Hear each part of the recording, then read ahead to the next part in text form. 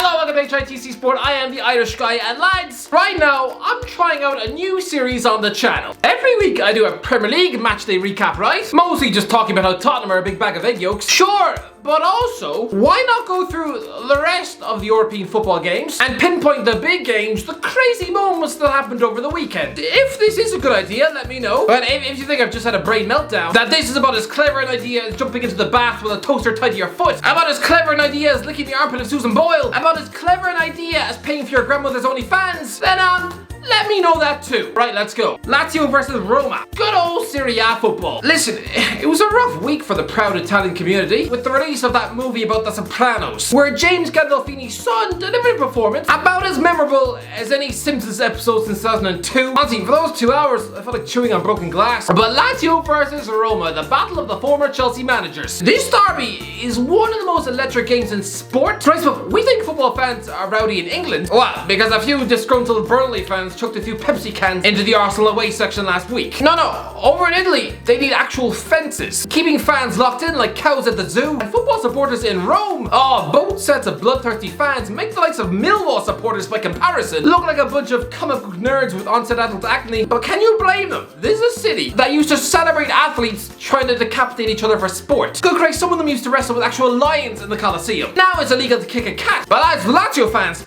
are utterly mental. If you have not guessed already, I'm in Rome ahead of the Lazio versus Roma Rome derby. Oh, this guy is like the love child of Togden and Calix. So I'm all ready to go out, Lazio shirt on. I got a few messages from Lazio fans saying that wearing the shirt and walking through the city is very dangerous, especially if you walk through the wrong parts. So yeah, this could be very dangerous, but I'm going to scoot my way along there just so it's a bit more faster. And come on the Lazio, I don't care anyway, we'll take on the Roma lads. Alright everyone, here we've got a professional daredevil choosing to walk through the city of Rome wearing a Lazio shirt. Sure, he might have his face turned into shepherd's pie. His face might soon resemble an inside-out vagina. He might be forced to spend the next 10 years of his life eating vanilla ice cream through a tube in his throat. But hey, anything for the vlog life. Jose Mourinho has lost again. Yeah, you're probably all lapping this up, right? Drinking in another Jose defeat as if it's a glass of the finest Israeli wine. Or if you're under the age of 18, a glass of chocolate milk.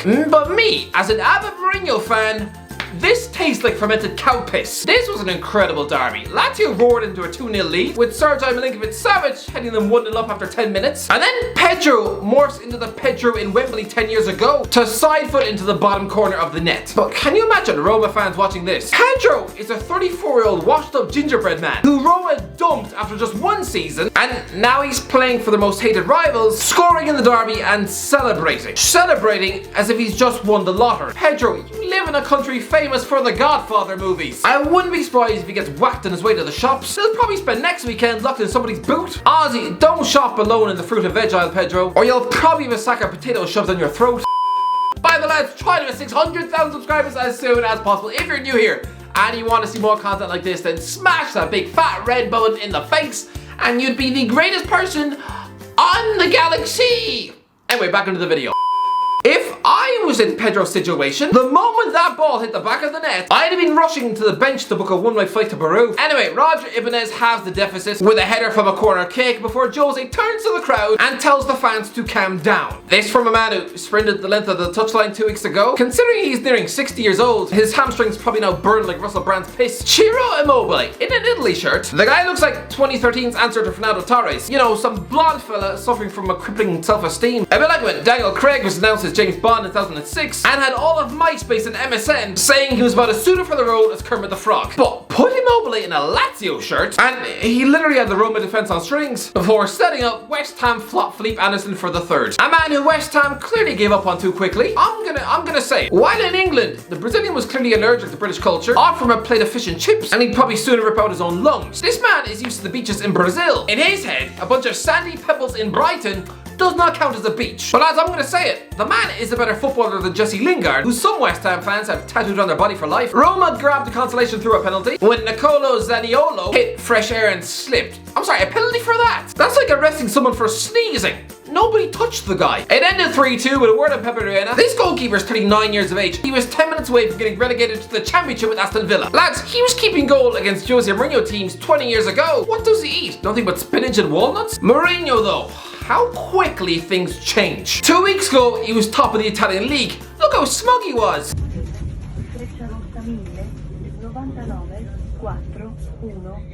The man's eating some sort of ugly looking pizza that honestly looks like a chunk of roadkill peeled off the street. But he looked content at least, right? At peace with himself.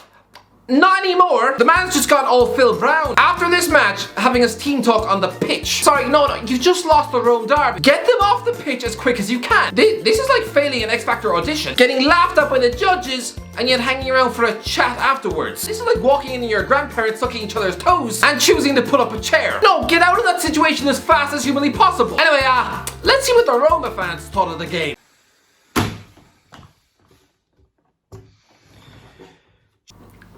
Yeah, he looks like he's contemplating whether or not to smother himself with a pillow. Porca troia, non parlo solo di me, però mi rode il culo perché è sempre così, sempre così, sempre così, non c'è mai una volta, mai che dici...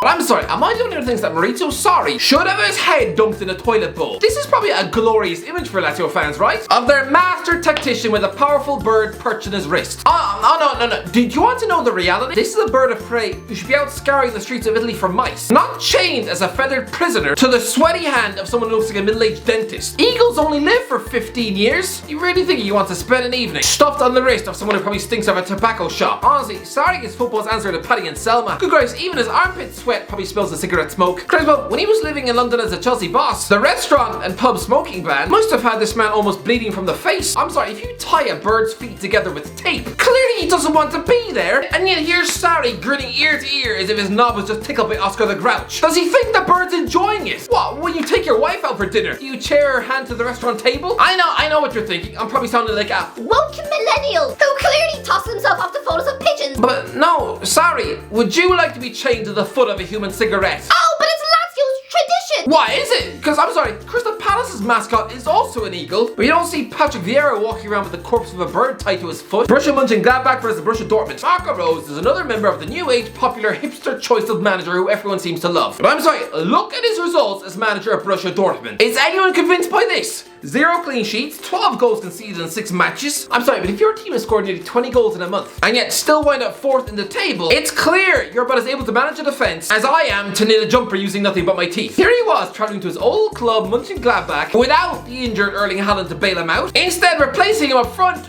with a 16-year-old schoolboy, Yusuf Moukoko, a guy born in November 2004. What? When Dortmund reached the Champions League final at Wembley under Jurgen Klopp, this guy was 8 years of age and probably still playing with his Spider-Man toys. This guy was probably still buying Happy Meals for the toys up until 2015. Marco Rose, are you really placing your trust in someone yet to kiss a girl? A boy whose best friend is probably a Pikachu toy. This is someone legally not allowed to watch The Purge in the cinema. Someone who's probably going to spend next month trick-or-treating dressed as the Hulk. Dortmund had scored in all of the last 56 consecutive matches. But here, nothing, 1-0. Dennis Zakaria with the only goal of the game against a toothless Dortmund team. And this is a scary and bleak window into their future. A bit like turning up to a fortune teller in a caravan and then telling you you're gonna wind up married to your cousin and living in a tent with 7 ginger kids. Oh yes, that's what you want to see every day. 14,000 freckles, whilst being able to afford nothing more than Rice Krispies for dinner. Well, similarly, this is like looking into Dortmund's future after Erling Haaland. Good grace, they're gonna be like Kirk Van Houten when his wife leaves him. Mönchengladbach are now managed by someone born in Austria called Adi Hütter.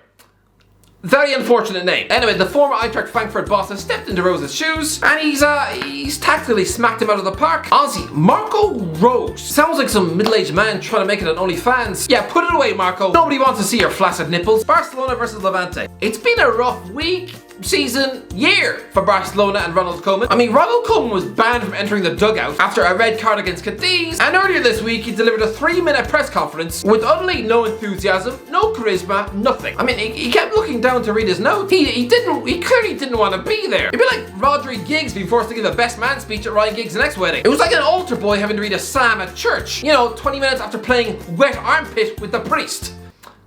But has no one ever played the game Wet Armpit? Nah, it's not much fun. Barcelona used to have at least 7 or 8 world-class players in their starting 11. But now, Marc-Andre ter Stegen at a push, and then that's it. There's just a bunch of teenagers from their B team chucked in the team. Chucked in like Nico Gonzalez in midfield, or Oscar Mingueza at right back, or Gavi on the wing. I mean, look at their senior players. Gerard Piqué and Sergio Busquets have a combined age of nearly 70. I mean, yes, Luke de Jong scored, but he's a Newcastle flop. And trust me, he's the Dutch Peter Crouch. And not the Crouch who excelled for Liverpool, no, the one who kept tripping over his own feet in the championship with Stoke. But he was nearly 40. What's Luke's excuse? And the fact Philippe Coutinho is still starting for a club when they clearly don't want him anymore, and they haven't for years. It's like continuing to bring your ex-wife to the cinema. What? No, don't do that. She's probably gonna beat you to death with a packet of minstrels. And the squad depth, it's a bench full of children. It's essentially a creche. Ronald Koeman's job title might say Barcelona manager, but in reality, he's just a Dutch Willy Wonka. Spezia versus AC Milan. So AC Milan are top of Serie A after grinding out a late 2-1 win over something called SPEZIA. SPEZIA sounds like a type of wet pizza topping. And they're coached by Thiago Motta, weirdly enough. Seems like only 5 minutes ago you stuffed in the PSG midfield. Anyway, the big story from that game was that for the first time in 13 years, we saw the legendary name Maldini on the AC Milan score sheet. But not Paolo, not Cesar, no, Daniel Maldini. See, no. Paolo and Cesar are powerful, emperor-esque names that exude confidence and fortitude. I'm sorry, who was intimidated by someone called Daniel? Daniel, that's the name of a guy who plays Harry Potter. Who else? Daniel Bedingfield. Some guitarist with the testosterone of a wet sausage roll. Danny Maldini. Could you not have called him something powerful like Francisco, Raul, or Thor? Anyway, weirdly, he's not actually a centre back. No, the guy's an attacking midfielder. Sorry, his dad was a world-class defender who rarely crossed the halfway line, who used to score on average once every 30 games. So where has Danny Maldini got all this attacking talent and flair from? In 15 years, I think we're gonna find out that his mother was actually Froggy the Postman. PSG versus Montpellier. I'm getting impatient. Lionel Messi signed for PSG nearly 60 days ago, and still no goals. He sat out this game with an injury. Well, PSG went 10 points clear with a routine 2-0 win over Montpellier, so I'm pretty sure that means the title race is done. And we're not even in October. I think you can put Michael McIntyre in charge of this PSG team now, and they're not slipping up. 8 games, 8 wins, it's done. Although Kylian Mbappe's not happy. According to L'Equipe, he just called Neymar a tramp. A tramp. Good grief, he sounds like an uptight Catholic mother who's just seen the length of her daughter's mini skirt. A tramp. Really? Apparently he was sitting on the bench moaning to Idrissa Gueye that Neymar, He doesn't give me the pass.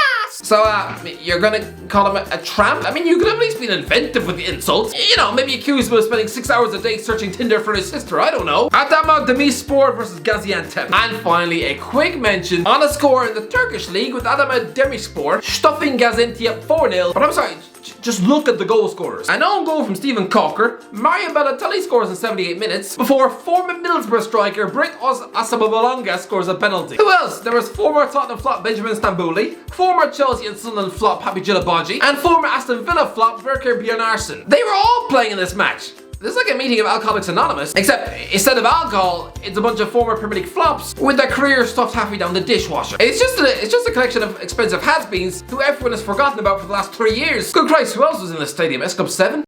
Anyway, that's it. Let me know what do you think? Do you want this to be a regular thing every week? Let me know in the comments below if you enjoyed the video. Don't forget to like, subscribe, as always. I'll talk to you in a while.